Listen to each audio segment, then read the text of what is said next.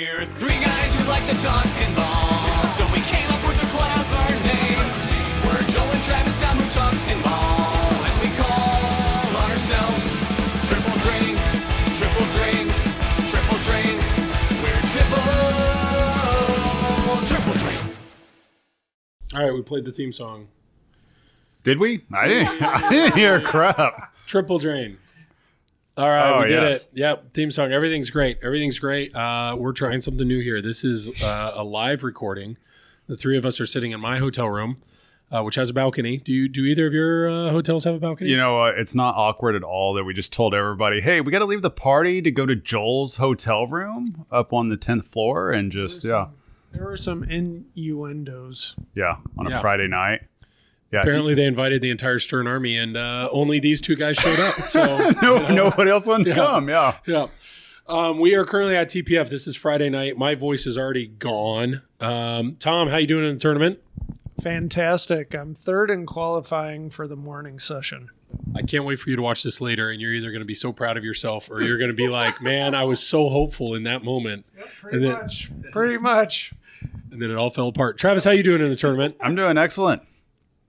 In the tournament? I think we're tied right now, right? Are we in the tournament? In the tournament, we're tied. Yeah. What tournament are we playing? Neither of them. That's the joke. I think it's because the Stern Army thing. I had.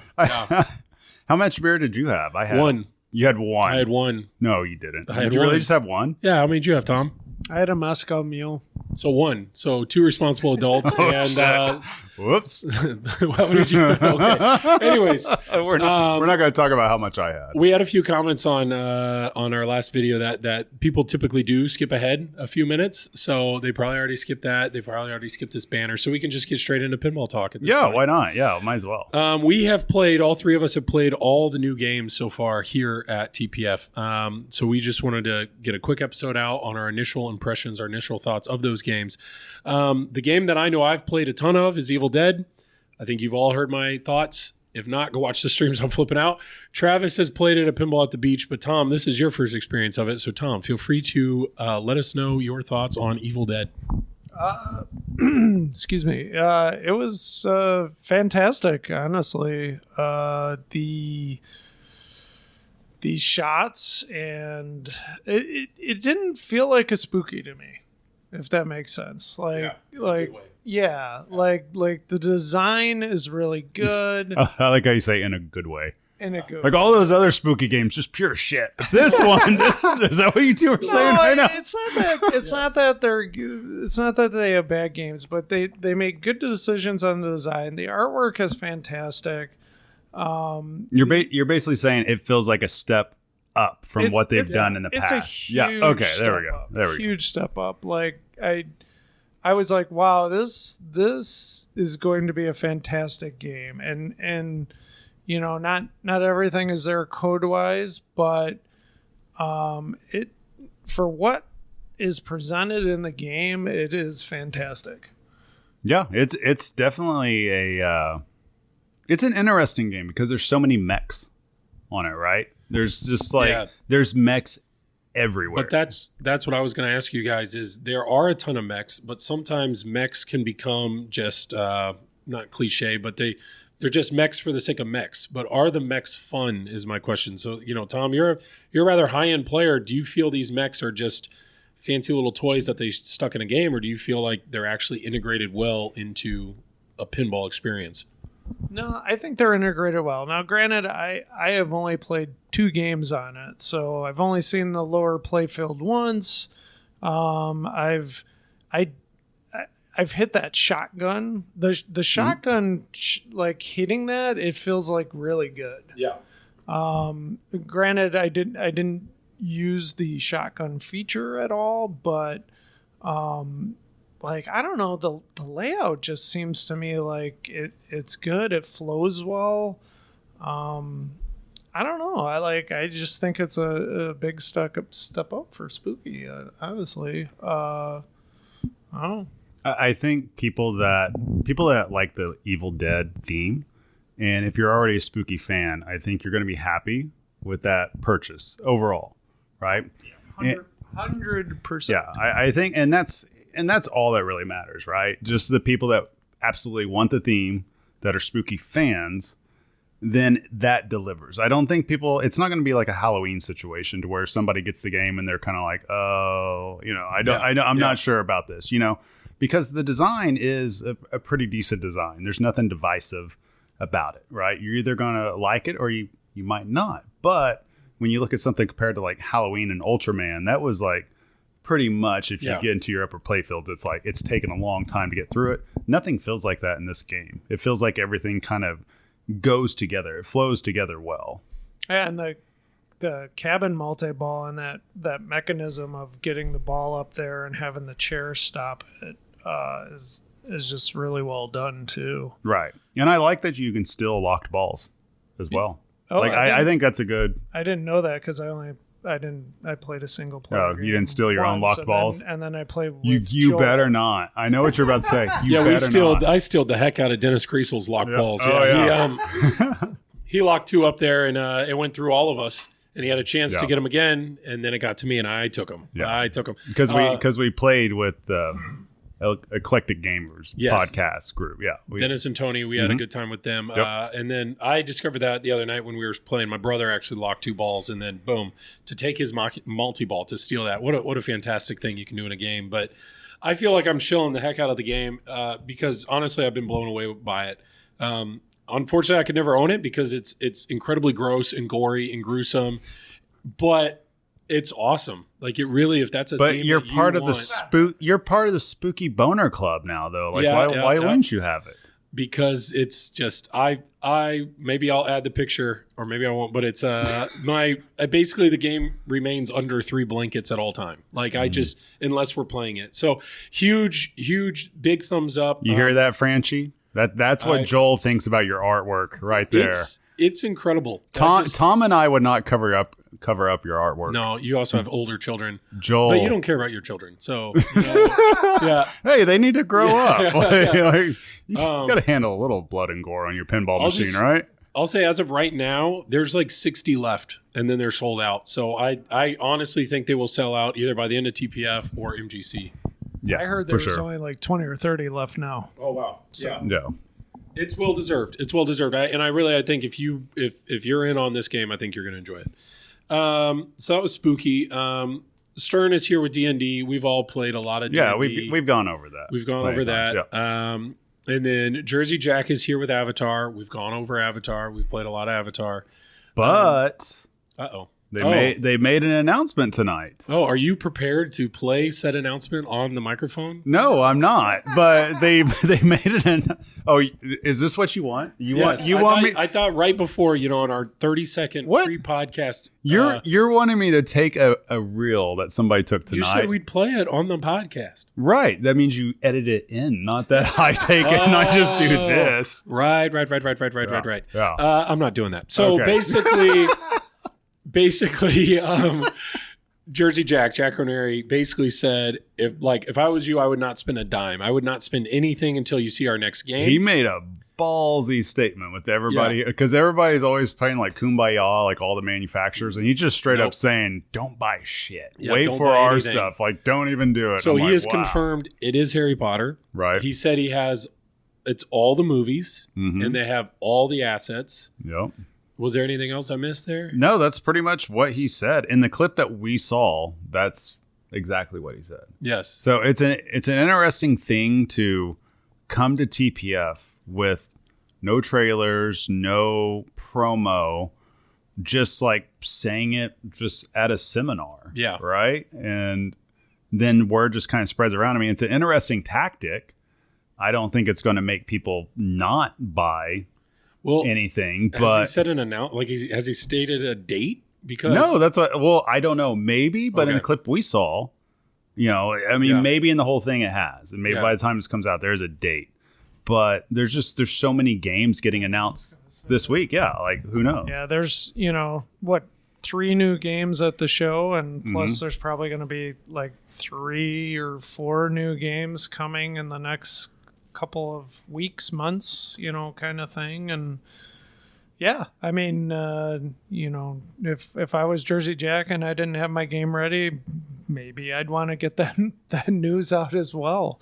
But You know, the thing is as we all know, you got to show the goods.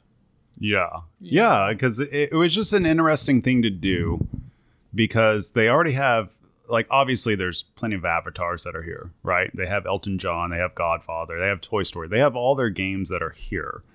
So I just found it fascinating that they made the decision for a company that spends as much as they do on the trailers and everything, just to drop that just at a seminar and just go from there. It's an interesting decision. It's because that's a huge theme, right? That's an interesting move, Cotton. Let's see how it pays off. Yeah, like it's ballsy. It's super ballsy, right? Imagine that, because this theme, obviously, it's probably cost them millions of dollars to get. He said that. Right? Did he say that on there? He said yes. He said millions. Yeah, he said he's been chasing the license for 10 years. Took him 10 years to get the license and millions of dollars. So then let's put this in perspective, right? Millions of dollars. Yeah. 10 years at least. It's a theme a lot of people want. It's a theme that I'm sure there was plenty of hoops to go over, and I'm sure those hoops were made a little bit easier by throwing more Benjamins that direction to figure it out. Yeah. But what's so interesting about it is that this is the company that does the huge trailers, right? Spends a lot of money on that to make it look cinematic, so on and so forth. And just to go the exact opposite direction with this type of theme, it's really interesting. And I really wonder if that will work. I mean, because I think it's hard to measure it, right? Like, people are going to buy Harry Potter no matter what. You're either in or you're out. And I think even the Harry Potter fans, I think they could have said, hey, we're just doing it based off one book. They would have still bought it. Right. I don't think, I don't know how many people would be like, if it's not based on every single movie, I'm not getting it. I think this is the one, besides what happened to Toy Story, I think this is the one. They could have done it based off one movie, and I think people still would have got it. But to announce they have all the movies, that doesn't hurt them in any way, right? No, it's kind of, I don't know. It makes me nervous. And here's why it makes me nervous, because I think of Pirates.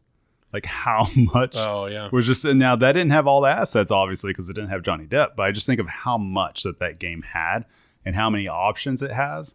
And I'm just kind of like, even if it has all the movie clips and all that, you guys know how I feel about movie clips and LCD. I'm like, that doesn't mean anything to me. I'm curious, though, how do you pull the full Harry Potter saga into one pinball machine? Like, how do you do that to where it makes sense? Let's ask the guy that's most likely to buy this game. Tom. Okay. All right, because that's you, right? You just what do you need? Like, what do you need now that they have all the movie assets, they have all the what are you waiting for? Like, if you could put a deposit down right now, would you? And if not, what do you need to see? What do you need to see to buy this game? Well, 1, gameplay. Okay. 2, how are the assets tied in? So, like, if you can have all the movie assets and every character, but if they're not tied in properly into the game, it's not gonna work out really well. So, that even though they have everything, you're talking what, 7, 8 movies?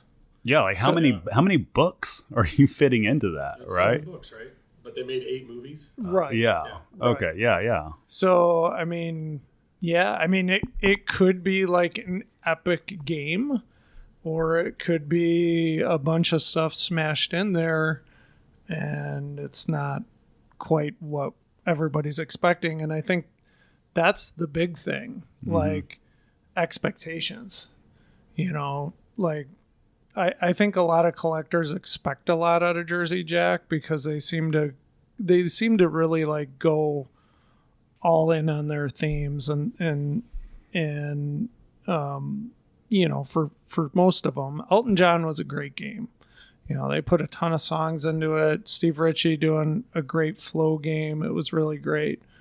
But when it came to like Pirates, with Pirates, it was a good game, don't get me wrong, but it just left out like everything from the movies. Like, there was like 0 from the movies except for little pieces of it that didn't make sense. It didn't have the characters. They were on the play field, but they didn't tie in those movie assets and sounds and things like that. So I think that hurt it. I think it's we had just sat down, we just saw that clip. We weren't in the seminar, so I think it's a ballsy move. Yeah. It's a ballsy move. I'm curious. Grande huevos. Wow. I'll be very curious if there are people that were sitting there and they're like, okay, I was ready to pull the trigger on Evil Dead, or I know personally in my head, it's like, I'm not buying any new game until I see Elwyn's next game, Harry Potter. Like, we know it's right around the corner. I'm not in a rush to I got to buy it now. But also I can't buy either of those games now. But yeah, I think it's a very interesting move to, I've never heard this where a manufacturer's straight up told us what the theme is and details like that without showing anything, and also not even setting a date on when they're going to announce. Yeah, well, it kind of goes. Sorry, Don. It kind of goes to what we talked about before. Like, I would always be interested to see what would happen if a manufacturer just sat down and had like a Stern Day or a Jersey Jack Day and just announced what was coming, the approximate time, kind of like what Marvel used to do, right, with their Phase 1, Phase 2, Phase 3. So it kind of feels like that in a way, but at the same time, it does leave a lot of questions. Like, for me, it's like you got 8 movies, right? Is that how many we're going with? 8? That's 8 movies with 7 books. Right. So like, what are you going to do? Like 8 wizard modes with it? Like 5 modes per? Are you going to have like 40 modes? I don't know. Like, honestly, how do you fit all that into one machine? If they would have just said, we got the first movie and every asset, every character's likeness, like, I would have been okay if they would have just said, we got the whole first movie. Yeah. But to go 7, it's ballsy. Can they fit that all in? I don't know. That's like 25 plus hours of movie content. I think I kind of like The Hobbit. Like, The Hobbit was a good game. It had all the stuff. It had a fucking lot of modes. It had so many modes in that game. There were so many. Yep. And yeah, so like you're saying, I mean, maybe it could be too much. Well, you just run the risk, right? Like here's the tightrope they got to walk with this, because people will expect a lot. And if you're a huge fan of the series, like, you want to see all the beats. But at the same time, it's like, how do you fit all the beats into the game to where people can actually see them? Wide body. Yeah. Oh, of course. But maybe, maybe it's going to be like, I don't know. Maybe they'll do something similar to the way Spooky did, to where you pick. Like, this would be awesome if you pick what movie you're going. Now we're cooking with gas. Yeah. If they go that direction, that would be huge. That seems like the most logical direction to go. But it's also pinball, and sometimes we won't do things logically, especially us 3 knuckleheads. So I don't know. Maybe.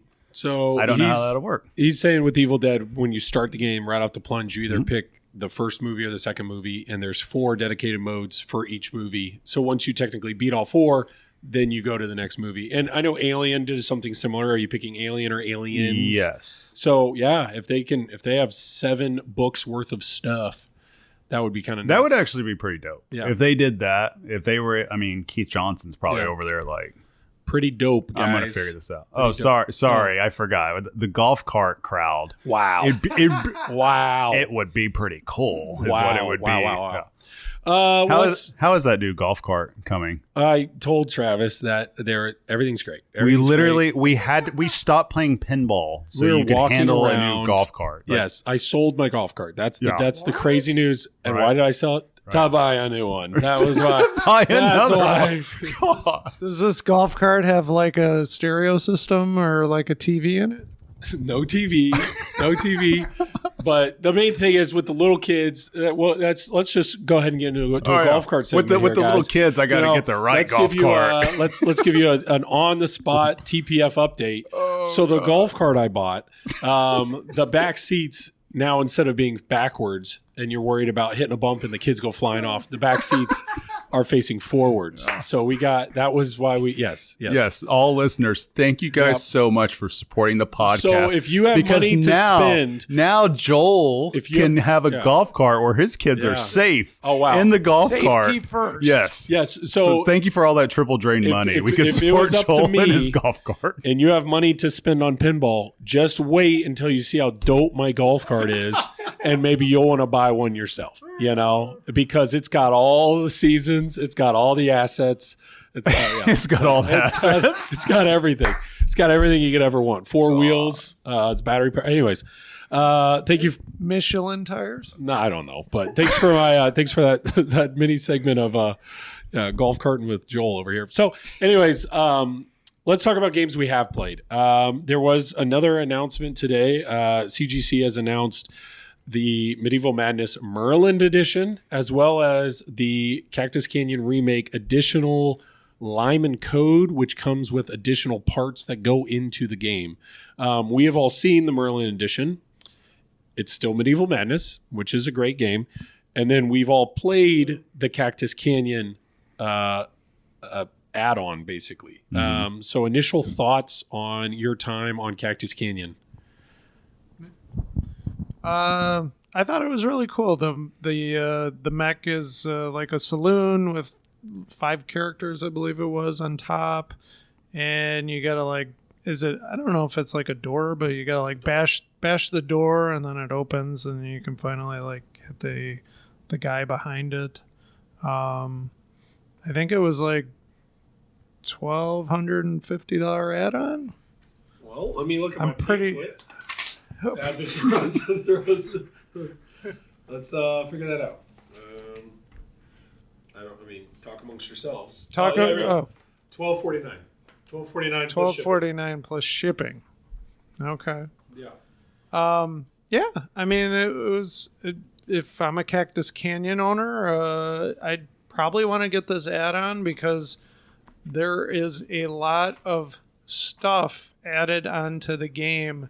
And this pamphlet, there's 10 new modes, 2 enhanced modes, new animations, sound and music, new saloon mech and spinner.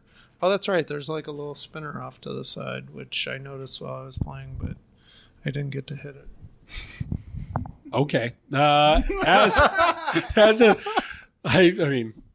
a Cactus Canyon owner, of course I'm buying this. Is it more than I wanted to pay? Sure. I mean, it would have been. I would love that to have been under $1,000. But I understand there's a lot that went into this. We're friends with Josh Sharp, who was involved in a lot of the code and planning of this. We know how much work is in this. The mech, it is actually making the game harder, and that's not necessarily a bad thing, but the BART shot is a very safe shot in the normal game because it hits a ramp, it falls down, and then it ejects backwards, not at you. So it's a very safe feed. Now this saloon door is basically a barrier that you hit and the ball's coming back at you. So it's actually made it harder. They added there's a girl on the back glass, like Bart, I forget her name, but it's a female Bart. So she's now in the game. Female Bart. Yeah. I don't know. It's like Barbara or Bella Bart. That seems, Bella Bart. Oh, that's exactly right. Way to go, Tom. Way to pay attention. Bella Bart is in the game. There's other hurry up, saloon fight, gunfight. There's stuff associated with the spinner on the right. Franks and beans. What? That's a mode. That's a mode. Yeah. Oh. So there's a lot in the game. And as an owner, I really enjoy the game. So if you're going to tell me, hey, spend money to have way more in the game, I'm going to give it a shot. Why not? And then there is the drunken multi-ball. That was a carryover actually from the Cactus Canyon Continued. So that mode did make it into the game from that. So I just wanted to say that. I'll get off the mic now. Travis, your thoughts? You played it? Yeah, from what I could see, it was fun.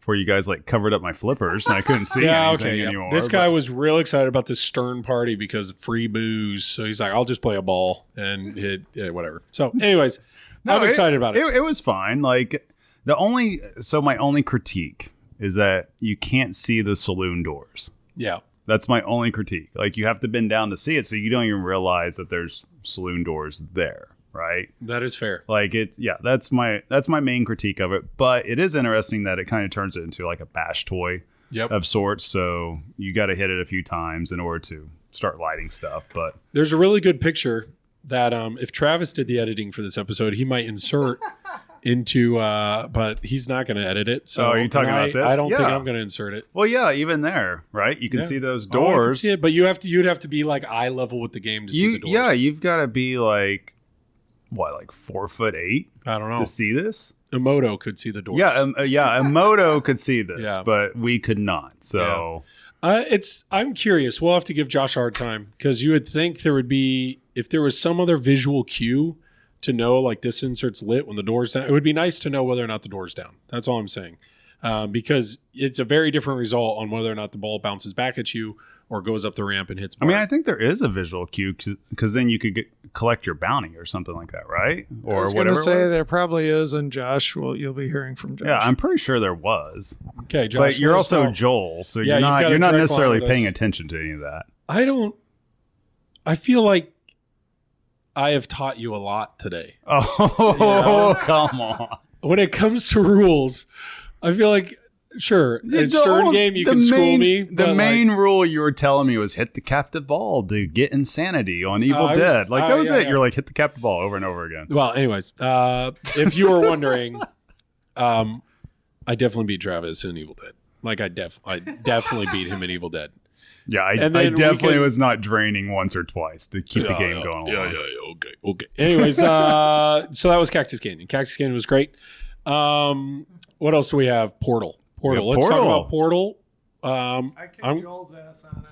I kicked Joel's ass on Portal. Did you guys play Extended or Standard? We did Extended. Okay. We actually, I know Travis and I played it first, and we had Jerry there and Ian basically coach us through. It's very hard when you have a brand new game and you can't hear it. There's a lot going on that screen, and not saying it's too much, but it's just like we needed fundamentals. Like, where do we even start? And so to start a mode, they call it a room because it's like a puzzle room or something. So we understood, you hit that target and then you hit the scoop on the left. But, we were focusing on a lot of other multi-balls. But, I'll let you guys do your first impression first. Otherwise, I'll talk way too much. I thought it was really cool. There's a lot in the game. Not even if you're playing the Extended, but there's just some really cool mechs. There's a shot up the middle that like launches your ball and then locks it in the back. There's also an area like where it can fall down into. I almost call it like a little mini playfield that you can get the ball up into the mini playfield, and there's a little flipper up there that you hit like a cube that drops, and then there's scoop back there and you shoot it in there. But there was quite a bit going on there. I thought it was really cool. It could be the best P3 game, honestly. And I had Joel coaching me the whole time, so I put up like 11 million. I was like, yeah, in your face, Joel. If you can't do it, you coach, right? Isn't that how it works? Travis, you played it, and we played both the Extended, and then we played the Standard as well. Correct. And if you want to talk about the differences you saw there. No, not really. But what I would like to talk about though, there was a couple of really cool mechs on it, right? Oh, yeah. So this one mech one of them's not on the Standard, one of them is on both. So the one that I was very impressed by overall was, it's like the plate, whatever they were calling it. What type of plate were they calling it? They called the Faith plate. It's a thing from Portal where you run over and it launches you up. Right. And so that mech I was very impressed with because it was just instantaneous feedback, right? Up the middle. Yeah, as soon as you hit the ball right up the middle, as long as that was activated, it would just fling up that ball. Yep. It would fling it right up into that plate up top that kind of gives away, and then it would just lock in. Like, that was cool. Very cool. I really enjoyed that, and that there was a lot of good feedback with that, right? Because it's the easiest shot in the game, but you got to see the ball do something cool. But you do have to light it. You do have to light it. Yeah. Yes. But you get to see the ball do something cool. And then they had on the Extended, they had something that I thought was really cool. And I remember telling you guys this when we saw the trailer. I was just kind of like, why are they not highlighting this even more because it was like a blink and you miss it. Yep. And it was gone. And then we finally got to see it in person. I'm just like, holy shit, this is a really cool shot because I can't think of any other game that I've seen the ball do this on. And that was simply whenever you hit the right ramp. Yep. Right. You got to hit it twice, I think. Right ramp, then it raises up, then you hit under it. Yes. And it'll eject the ball to the left side and it brings on it top. Right. And it brings it down the wire for him. And then you got to use another flipper that activates an upper flipper at the top. It's like a wall. Yes. Yeah. Yes. It's not a traditional flipper. But through this, you can send the ball flying across the playfield horizontal onto the other side. Yep. Like not even below, it stays above everything. And that right there is pretty cool. Like you could actually do something that's different. And that's something I don't recall seeing in any other pinball machine. It was definitely a wow moment. Yeah. And because on the extended version, for them to add the extra spinner and for them to add the right lower ramp, there's actually additional plexi that goes across the top. And you really don't notice it until you notice it. But but to see that ball actually purposely roll across the clear plexi, it's called the light bridge. Right. So, to qualify it is something that you got to be aware of. So we needed some coaching on, that's how we did that. Like to see the faith plate throw him up, the first thing you have to do is you have to get to the upper play field and then bash a cube back. And we instinctively just did it. We didn't know, but we heard reports later that Jerry said, when they had the first round of people come and try it, there were people that played, a 4-player game that never once saw that. And so they're like, okay, let's go ahead and code it in that ball 3. If that lock was never lit, let's make sure it's a gimme. Because honestly, one of the coolest mechs, like he's saying, is straight up the middle. So theoretically on ball 3, any player should experience that mech. And it's kind of like how Houdini, the coolest mech in Houdini is the milk crate, but the shot to get a ball into the milk crate is so tight, novice never see it. This is the exact opposite. They put one of the coolest mechs right up the middle. It's not lit all the time, but when it is lit, it's very fun to see. It's just my overall review of Portal is they did Portal incredibly well. Like I love both games. I can't hear it, but visually Brad Albright killed it. To see the way that they incorporated the different puzzle modes, I saw Tom beat one, and it was like multi-levels and stages, hit these shots, then the game changes to hit these shots, then the game changes to hit these shots. I saw Travis complete 1 or 2 levels. It's very, very, very well done. And I would say this is the most fun that I've had playing a P3 game was just probably 6 games that I've put on Portal so far. Yeah. Well, one of the good things I can say about Portal is I was judging it too based off like how my kids reacted to it because my 2 sons that are 14 and 15, they've played a lot of Portal, like a ton. So them playing this game, they realized what they were getting into, and I know that they thoroughly enjoy the theme. So it was interesting to see a theme that they actually connect with, that's their amongst their demographic a little bit, to where they can pull pinball into that. And I asked them about it, and they're like, yeah, it feels like I'm in the world of Portal. Like, I feel good about it. And they're even asking, like, are we going to get this machine? Are we going to get this machine? And they don't ever really do that. Yeah. They don't ever really. Yeah. I'm like, get a job and you can buy the machine. Yeah. But yeah, I think that if you're a Portal fan, I think you're probably happy with this. Oh, yeah. I'm sure that there's several people out there that are saying, well, since Multimorphic's making it, I'm just out no matter what. I would encourage them to at least try it out, go to a show, check it out. Your opinion might change a little bit. I think that this theme being on the platform that it's on with the P3 makes it interesting just because the scoops, right, can act like they're actual portals. They can. And so it's just cool seeing the ball do different things and seeing the ball fly around. And it's just, well, I think overall it's a fun game. And I was pleasantly surprised, absolutely, like how much fun it was. Like it's like, I'll be honest, I don't think the design is anything like out of this world. Like the design just is what it is. But I think some of the way that the mechs are and the implementation of those mechs makes the game a lot of fun. So because the way that the P3 is designed to have multiple vertical up kicks in that back third, there's so many different shots where immediately, as soon as you hit the shot up a ramp or this, it'll just shoot out another ball. And it really gives you that portal-like feeling of it went here, but now it's over here. I'm up on the upper playfield. The moment I fall off the upper playfield, it ejected all the way over on the other side. It's really impressive. I will be honest, my one piece of negative feedback, which I know all three of us have experienced, the right ramp, it goes up and down, but because it's hovering over top of the LCD, we feel like it was like hovering a solid half an inch or something above the LCD. So the amount of momentum that you have behind that ball, it kind of shakes or moves the whole mech, and it just kind of kills the momentum. So you really have to hit it clean to get it up that ramp. And there were other times where that ramp was felt in the way. Now, Jerry was explaining it to us of there's a certain target you can hit that'll freeze the ramps. So next time you hit any of the ramps, it'll raise them up and they'll stay up. So there's ways you can work around it. But it's just one of those things where I was really impressed with so many parts of the game, so many parts of the mechs in the game. But that is the one ramp that it's like, okay, if that was adhered somehow to the playfield, like on a wooden playfield, that ramp would probably be incredible. But here there are physical challenges with putting a ramp above an LCD screen.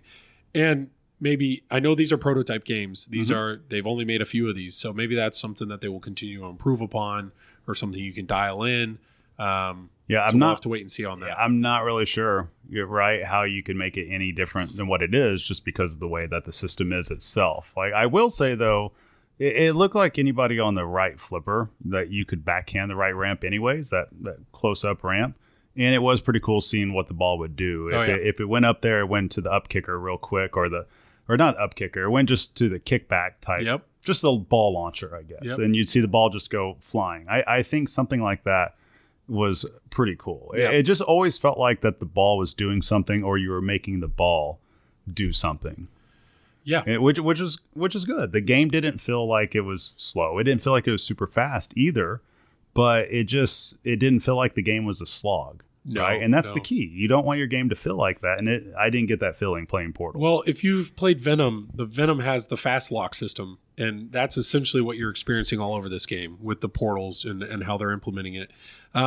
What is interesting, though, is playing the standard edition, so it doesn't have the mechs over the LCD. At that point, now you just have a fan layout, and I don't mean that in a bad way, but it definitely feels more friendly. It's safer. Like, it was interesting playing two versions of the game where you have one's a fan layout, one isn't. And that's when you start to realize having those mechs closer to the flippers makes it more dangerous, or makes the geometry of some of the stuff behind it more challenging. So I'm very curious about that. I actually asked Jerry, I said, being that this is the first P3, that they were having to design code that's going to be different depending on what model you have installed on the game. Like, how far along in the project did you realize you're going to have to start doing that? And Jerry, he goes, I'll be honest, we only were planning the extended edition, but we put so much in the game that we knew the cost of it was so high that we were worried. One of the promises of the P3 was that these modules would be considered cheaper. So he's like, we wanted to go ahead and offer a cheaper alternative. But he said, but on ordering day, 98% of the modules ordered were all the extended edition. So yeah, and it may not have even been needed. You're right, and that's rightfully so. I think if you own a P3, or you're thinking about getting involved in it, I think that the extended is the way to go personally. And that's after playing a couple of games on the standard version as well. Yeah. Just because it's noticeable that you're missing those parts. Yeah. Right? And I think that just adds more to the game. Like, they listen to customers and people that wanted to see something different than just being in just the back third, like that feeling of everything in the back third. Yeah. So they pulled a lot of physical mechs up that you can actually interact with, right? It's not just the targets on the side. It's not just the LCD itself. It's the actual spinner and it's the actual right ramp. I will say, though, there is something that was kind of cool on the standard with the virtual spinner.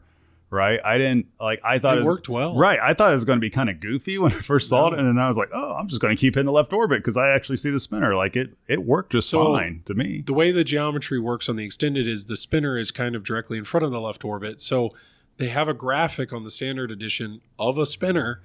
And when you hit that same ball path, it detects it. It knows that's where you're going. And it's the same spinner sound. Like, it surprisingly feels like you're hitting a spinner, even though you're not physically hitting anything in that spot. So I would say overall, I was super impressed with Portal. If I owned a P3, I would absolutely spend the $5,000 and buy the kit. Like it's absolutely worth that. But I know none of us, the three of us, we don't own a P3. So it's not a $5,000 game for us. It's a $12,000 game. And that's a commitment that I know every single release. It's like, is it now? Is this the game that's going to get me over that threshold? Because the value comes in when you buy a second module or a third module. So it's not a $12,000 commitment. It's a $15,000 or $17,000 commitment. You know, like, and that's really an all-in commitment too. Because like we talked about before, the big difference between this and the other pinball machines is that a lot of times when you buy a new in-box game, you're not necessarily, unless it's a dream theme, like it's Rush for Tom, right? You typically 90+% of your purchases you get is most likely going to be in a way that you know that you're going to sell the game eventually at some point. There's a lot of collectors that are like that. Whereas with, a P3 module, you're not necessarily thinking like that. You're pretty much going to be all in that if you're going to get this module, you're going to want to keep it for as long as possible. So, I think that presents its own barriers 100% for some people, but I think it's a great effort. I think with that and Princess Bride coming out back to back, they're at least on the right track to do something with what they're trying to do. They're heading in the right direction. That's where I think like Spooky is only getting better. I think P3 is only getting better. Another game that I think is an improvement upon their last release is Turner Pinball. Turner Pinball, we actually played Merlin's Arcade. Interesting take. We might have two different opinions on this one. Okay, well, let's start with Tom. He'll be the cider here. Oh, did you play it, Tom? I did. All right, what'd you think? Let's see whose side you're going to be on here. Okay. I've only played like one ball on Ninja Eclipse. So I've played a full game on Merlin's Arcade. So you have 4 total balls ever on a Turner pinball machine. Which one did he That say? is correct. Right. As far as Merlin's Arcade goes, I liked it. I mean, it had good shots. I actually liked the theme of you basically each shot is its own kind of like what? Night. Right. So you with a K, right. It's not like night in the sky. It's like night with a sword and whipping people. Oh, sorry. Sorry. So aggressive. I know. He is. I did do kind of aggressive. He just shaves his head. He's like, I want to punch people. I want to whip people. But no, I like the way the game shot. I actually like the rules. Basically, you want to get a pop bumper mode going, and then you shoot the scoop, and then you hit the pop bumpers to progress. Anyways, just playing a game on it. It's always hard to like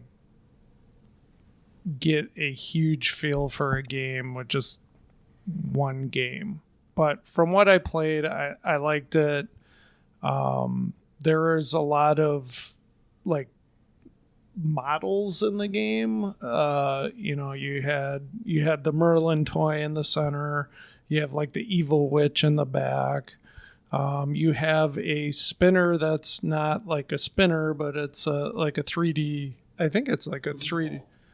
Yeah, it's a foosball guy. But it's all every mode basically is or what did you call it? A night. Night. Every night mode. Not a night in the sky, but a night with a K that slashes and whips. Yeah.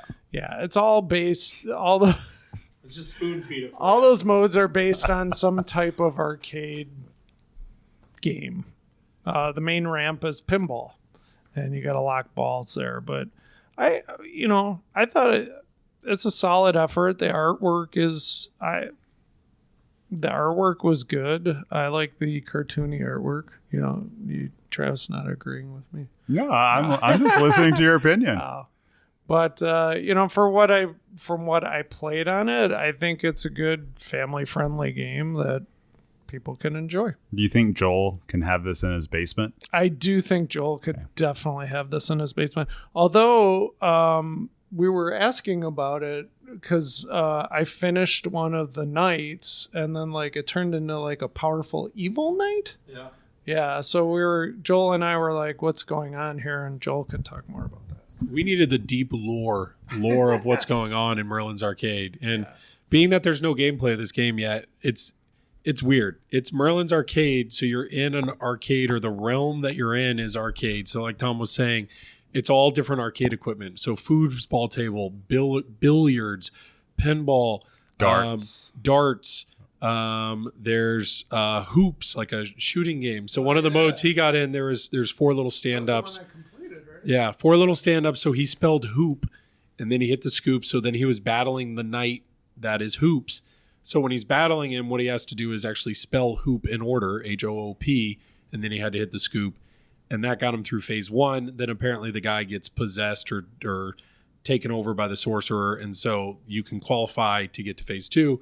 And then what they were saying is once you get through 4 nights, that's when you battle somebody. So there's like the sorceress, and there's this other person, and then there's Merlin, and then there's King Arthur. It's a very interesting story premise. I gotta say another thing about this game, and like, so I'm watching Joel play it, and I'm like, Blown away. I am blown away by Joel's skills. I mean, he is like tap passing. I am just like, Back and forth. what the hell is going on? Did I go into another dimension? I don't know what's going on. Come to find out, there are these extra flipper buttons that actually, they're called finesse flippers. And they allow people like Joel Training wheels. to do tap passes.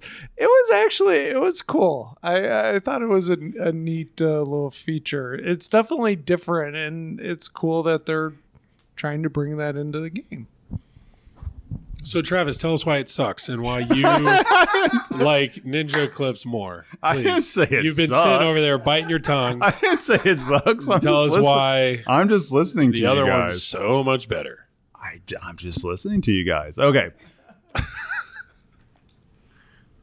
I need to play it a few more times. Yes. Okay. I'll admit that. I think after my first couple of balls playing it, I just kind of had that oh no feeling that was occurring. I think you kind of saw it in me too, because then I kind of just got through my third ball and I'm like, I'm good. Yep. You checked out. Yeah.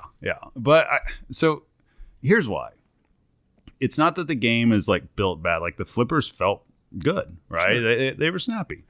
I think for me, I was looking at this layout and I'm like, okay, it's basically 8-ball deluxe, obviously. And it kind of feels like Sharky Shootout in a way, like games like that. And it just felt like that the way that the layout was for me, it didn't seem to fit with how strong the flipper mechs were, and just generally like just the shots didn't feel like it fit with that for me, right? Because it's just like when I was doing the loops. So you did like 2 or 3 loops, eventually that ball was not going to hug that rail anymore to where it'd kind of like get away from your upper flipper. I noticed that a few times. I couldn't get over the bottom slings either. Like the bottom slings were just so small that it almost felt like it turned the game into a toy to me down there. They just felt like abnormally and the small. in lanes are huge. Yes, like that was just way different. And I don't know, like that's just my first impression playing it. Yeah. So I know I got to play it a little bit more, but something with it just isn't clicking for me. And I really like Ninja Eclipse. Like that game clicked with me because it had some interesting shots to it. It's cool seeing the ball zip around. You know, in this game, you don't really see that at all. Like comparatively speaking, it's just a more standard. It felt like, it feels layout. like that. Obviously, this layout has been done for a long time, and it was placed, you know, within the Turner pinball ecosystem to where they're trying to do something with it. But it to me, it just feels like there's a couple of adjustments that still need to come to kind of make the game just feel tight, to feel like it's meshing well together. Because it plays, because of the way the mechs are and because of the way the layout is, it plays freaking fast. It's very fast. Yes. And if you play an 8-ball deluxe, 8-ball deluxe does not play fast. It has, you know, a little bit thicker flippers. Yep. And obviously it's a solid state that has tap passing on it. it doesn't need to play fast, right? You still want strong flippers, but there's no need for, ramps or anything like that because it's the 8-Ball Deluxe. But on this, I don't know. It just kind of it felt strange to me playing it. And there's just a few times that you take a shot and it'd be like, okay, it just didn't feel right. That's like the best way I can describe it. And people would have to play. I'm sure there's plenty of people playing it that think it's, fantastic feeling. I think it's just absolutely. Personal preference. And it's just, I have a lot of time on an 8-Ball Deluxe. So that's like my mental representation of it, my experience on it. So when you pull it to this, it's kind of like I had to directly compare it to Beatles, right? And Sea Witch. Okay. Because Stern, right? They brought an old layout back from the Stern Electronics days. They put it with Beatles, but then they made some slight adjustments, but they still had modern Stern flippers on it. And it felt right. It felt fine. And this one, I feel like there still could be some tweaks possibly to come that would help it. Now, it's not going to happen, obviously. Yeah. But I almost feel like this game could have benefited from that a little bit. Sure. I think, my overall view with Turner Pinball is the technology that they've put into the games is super impressive. Especially if you're ever at a show, just ask them to lift up the playfield. The way that they have wired it, the overall technology of how they've re-engineered a lot of stuff that's under the cabinet is super impressive. The way that the frame, what holds the glass in, all comes off, and there's built-in light rails up there. So the lighting effects super impressive. The speaker lights, everything. It's a very impressive, fully powder-coated game. Basically kind of like an LE experience, but at a pro price.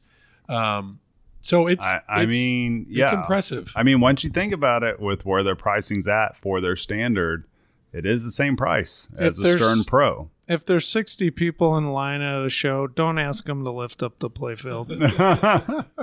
Yeah, definitely don't do that. So but I need more time on it, though. That's fair. I need to play. I need to play it more, and I need to figure out. Like, I'm not even thinking about rules. I'm just trying to find shots. I can see the similarities to 8-Ball Deluxe, but there's a lot of differences too. Well, yeah, of course, because it has a ramp and it has a foosball thing on there and all that. Yeah, and it's got like an up the middle shot that kind of like loops back, and vice versa. Like you can hit the left orbit and then it comes through the flippers. There's it's a little more diverse shots than like people. Yeah, I just maybe it's like turn down the flipper power a little bit, like give the game room to breathe during the gameplay, because I don't know if it could be like just the way that the playfield is.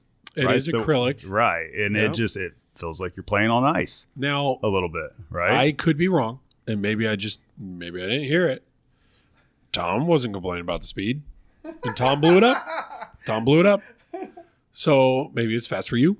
Maybe you're a little tired. Hey, maybe a little intoxicated. I'm judging it. Judging it based off how the normal, usual, everyday player that just wants to play, how they would judge it, because that's the eyes I got to go through. I'm not looking at it through like tournament player. Like Joel was tap passing. I was just tap passing back. Okay, and forth. Let me ask you this: what? I will just ask. I'll just ask this straight out. What is the point of that? Of the to finesse, impress of the finesse people around flipper? you. You know, like it's a novel. Like what were you using it for during the game? To amaze others. what else is it? Remember what I just talked about just the last podcast? I guess everything you have in the game, there needs to be a reason for it. And I see what Travis is saying there, but maybe it's to get somebody who's more of a novice player, getting them that feeling of maybe more of a expert player. So but I'm asking why would you need to use it?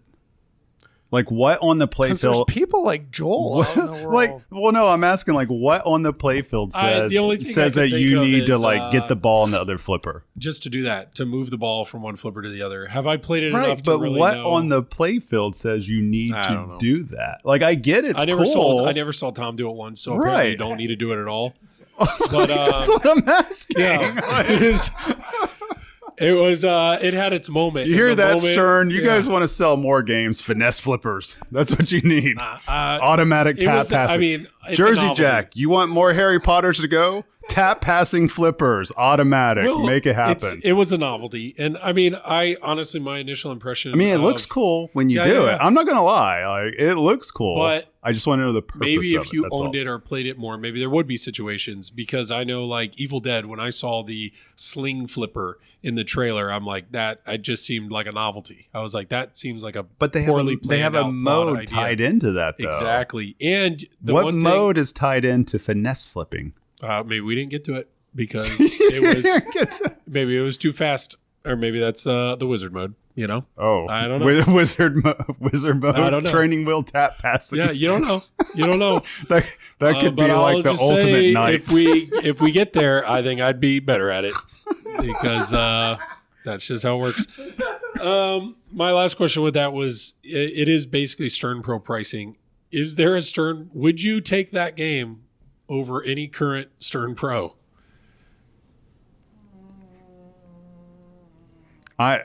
I can plead the fifth because people will call me a shill anyways since we sell Stern Pro. So I will not even answer that question. Well, I don't know, Ben, and what I'll say is, I mean, I can answer it. I personally wouldn't. No, just because it's too fast. Yeah. Well, it's the theme. Like the theme doesn't do anything for me. If I'm looking at it strictly from a theme. Right? You like eclipses. You like phases. I like ninjas. You like ninjas. I like ninjas. You like ninjas. I don't need wizards. I want ninjas. I mean, it is very like G-rated kind of theme. I mean, it's almost Disney-esque. I mean, I almost wish instead of doing Merlin's Arcade, why couldn't they have it be Merlin's Arcade, but slower? No. I'm meaning why is it that they're using it, that it's like obviously like some fantasy world that they happen to like be in old wizard times or whatever. Oh, I hope. Thank you. Thank you. F&A. Okay, so hell yeah. So hell yeah. Never once. So for the video people, vindication, baby. Yeah. Vindication. So the audio people, I pulled out my camera, which I've never used for recording. And it just died.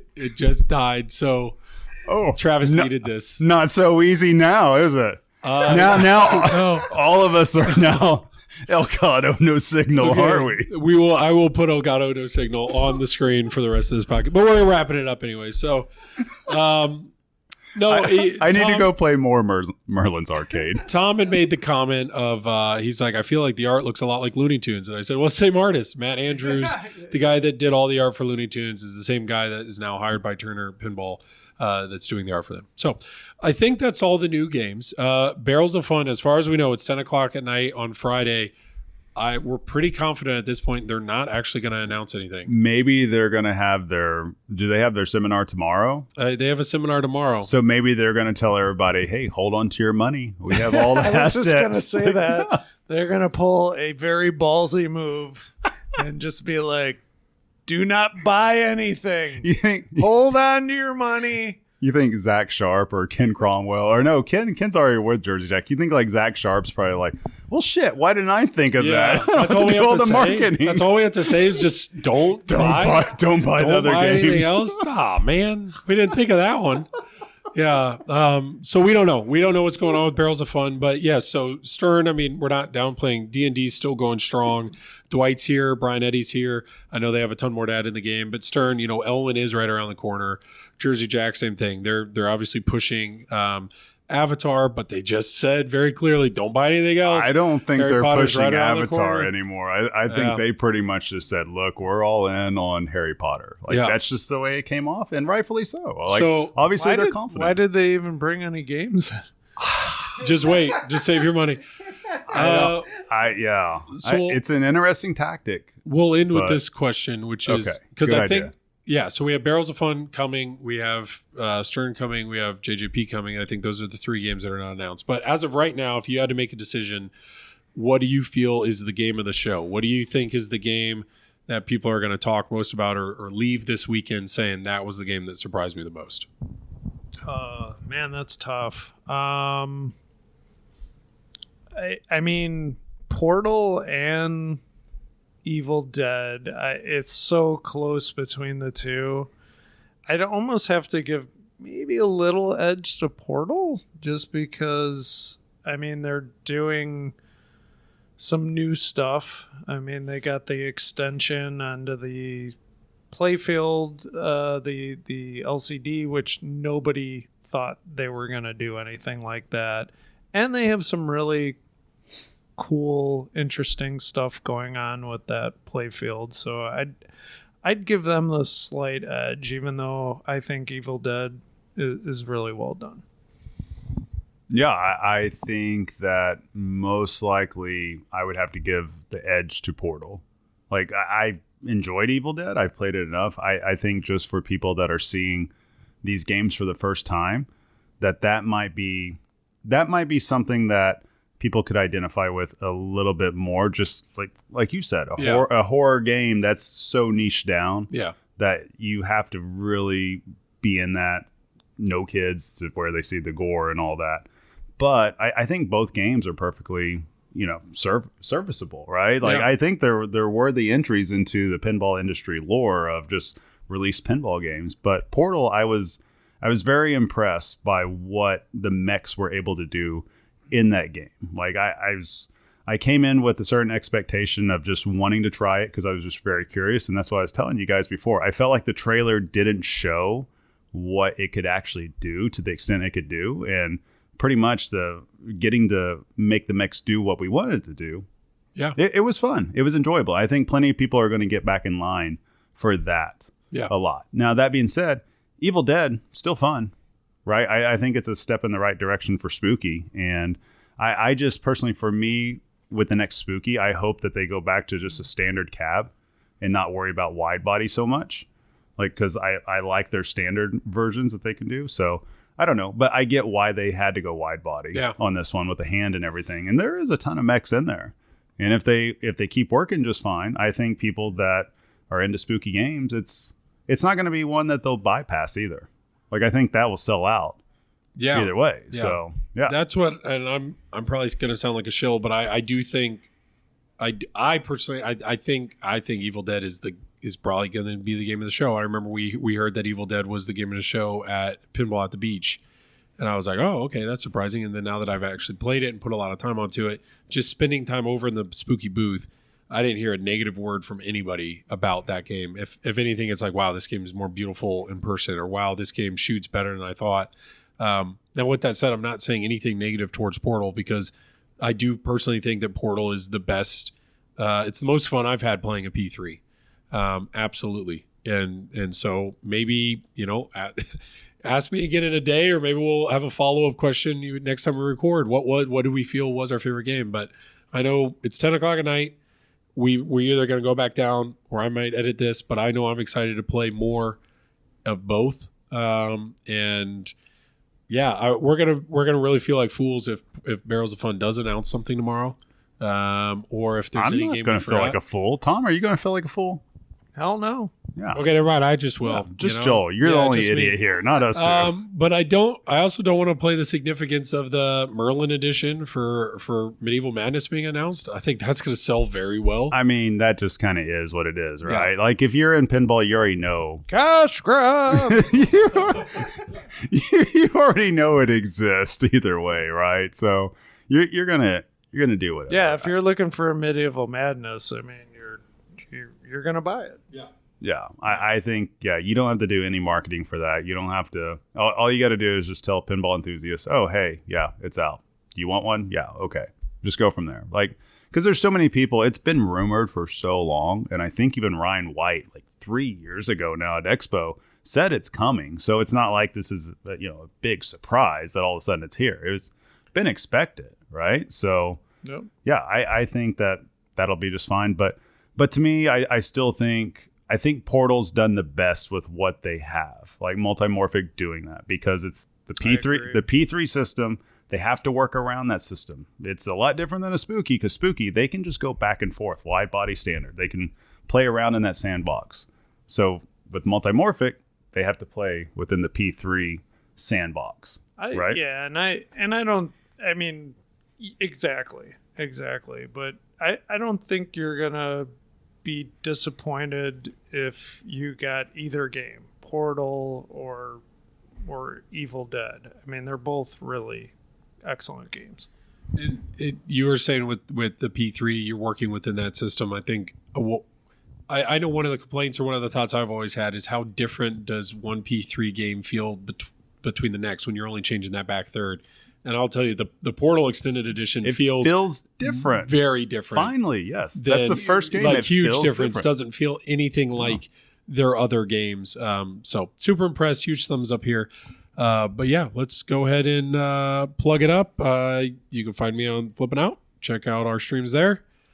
Just because we're handing the mic around, I'll just get mine out of the way. You know, is that all right? Check us out on Serverball Swag. Yeah, all that stuff. Go ahead, Travis. No, I'm giving you a thumbs up. I'm just telling you, you're doing a great job. I'm ready for you Joel. to plug. Just you want me to plug? Plugging, bro? Oh, yeah. So this is Travis, Triple Drain Pinball Podcast. Thank you guys so much for watching and listening. This is fantastic that the camera's out, and it's not my fault. This is like Christmas and freaking March. And who called it, Tom? Who said, yeah, this is probably going to happen at some point? Travis called it. Thank you, Tom. Thank you, Tom Graf. You're a beautiful SOB, and I'm gonna leave it to you, Tom. All right. Well, you can find us on our new home on the Triple Drain Network. I was going to say. Oh yeah, I forgot about that. We're not on TPN anymore, Yes. are we? So the cat's out of the bag. Kind of the pinball network is kind of dissolving. So we love everybody associated with the pinball network. We want to say that, but you know, we are going to now have our content, at least our YouTube content, on our Triple Drain page. And then we will have our podcasts up on Spotify, Apple, all the good stuff. So Joel will be handling that because Travis and I have no idea what we're doing. Yeah, and you could tell it's going fantastic right now. With no video right now. It's going great. And of course, you can find me on Fox Cities Pinball. I'm going to be streaming the Midwest Gaming Classic coming up next. My first time streaming that in Milwaukee, Wisconsin. So I'm excited about that. Yes. And so Zach and Dennis are going to announce more on the next the pinball show. They're going to talk more about TPN and just why, the reasoning behind everything that's going on. But yeah, no drama, no ill will, nothing. It's just it's essentially just dissolving. And so yes, we have our own hosting platform now for the podcast. So please, this is probably only going to be released on our new stuff. So hopefully you found it. Make sure you follow on whatever podcatcher you use, as well as follow the YouTube, because we'll keep going with video. But yeah, this was a ton of fun. And like always, Tom, you get the last words. Have a good pinball day, y'all.